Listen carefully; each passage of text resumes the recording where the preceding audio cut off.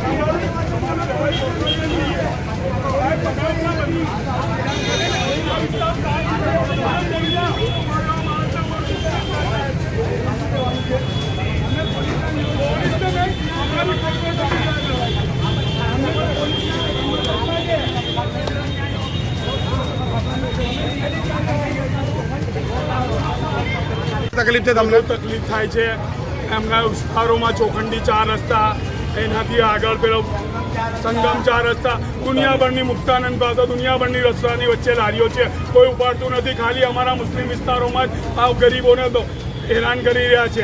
બનાવ જ્યાં બન્યો છે ત્યાં જઈને તમે કરો। અમારા વિસ્તારોમાં શું છે?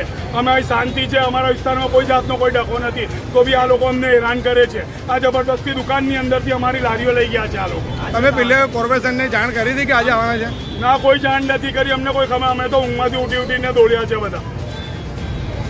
બધો જુલમ અમારા ઉપર થઈ રહ્યો છે, અમારા પાસે કોઈ બોલવાવાળું છે નહીં।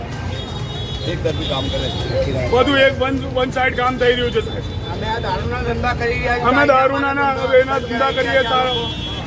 અમે કુમારવાડા પોલીસ સ્ટેશનની સામે 50 મીટરના અંતરમાં ખુલ્લેઆમ એમડી દારૂ ગાંજો વેચાય છે, તો કુમારવાડા પોલીસ શું કરી રહી છે? કોઈ જાતનું કુમારવાડા પોલીસની 50 મીટરના અંતરે ખુલ્લેઆમ એમડી ગાંજો ને બધું વેચાય છે। પોલીસ ઊંઘી રહી છે ને કોર્પોરેશન ત્યાં ઝૂંપડા બાંધીને લોકો વેચી રહ્યા છે। ત્યાં કંઈ થતું નથી એમનાથી, ના ગરીબો પર જુલમ કરે છે, મહેનત કરવાવાળા ઉપર અગમ થઈ રહ્યો છે। જ્યાં બનાવ બન્યો હતો ત્યાં જઈને તમે બધું કરો, અમારે શું લેવા દેવા? બીજા નિર્દોષ લોકોને તમે રંજાડી રહ્યા છો। બધા નિર્દોષ લોકો, મહેનત કરવાવાળા લોકોને તોડફોડ થઈ રહી છે।